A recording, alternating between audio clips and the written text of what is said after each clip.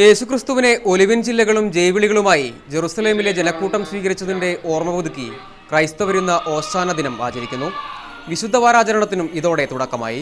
കുരുത്തോലകളുമേന്തിയുള്ള പ്രദക്ഷിണത്തിൽ സംസ്ഥാനത്തെ വിവിധ ദേവാലയങ്ങളിൽ വിശ്വാസി സമൂഹം അണിനിരന്നു. കൊച്ചിയിലെ സെന്റ് മേരീസ് ബസിലിക്ക ദേവാലയത്തിൽ കർദിനാൾമാർ ജോർജ് ആലഞ്ചേരി ചടങ്ങുകൾക്ക് മുഖ്യ കാർമ്മികത്വം വഹിച്ചു.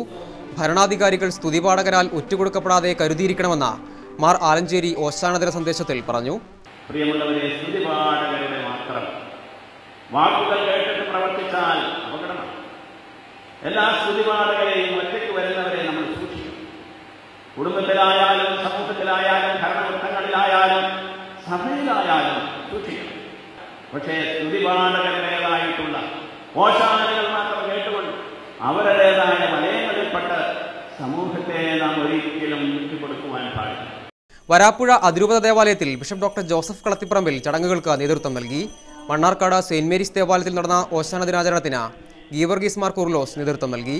തലശ്ശേരി കത്തീഡ്രൽ ദേവാലയത്തിൽ നടന്ന ചടങ്ങുകൾക്ക് ആർച്ച് ബിഷപ്പ് ജോർജ് ഞെള്ളക്കാട്ടും, തൃശൂർ അതിരൂപത ആസ്ഥാന ദേവാലയത്തിൽ ആർച്ച് ബിഷപ്പ് ആൻഡ്രൂസ് താഴത്തും, തിരുവനന്തപുരം പാളയം കത്തീഡ്രൽ ദേവാലയത്തിൽ ആർച്ച് ബിഷപ്പ് ഡോക്ടർ സൂസേ പാക്കിയും, സെന്റ് മേരീസ് കത്തീഡ്രൽ ദേവാലയത്തിൽ ബസേലിയോസ് മാർ ക്ലിമീസ് കാത്തോലിക്ക ബാവയും ചടങ്ങുകൾക്ക് നേതൃത്വം നൽകി.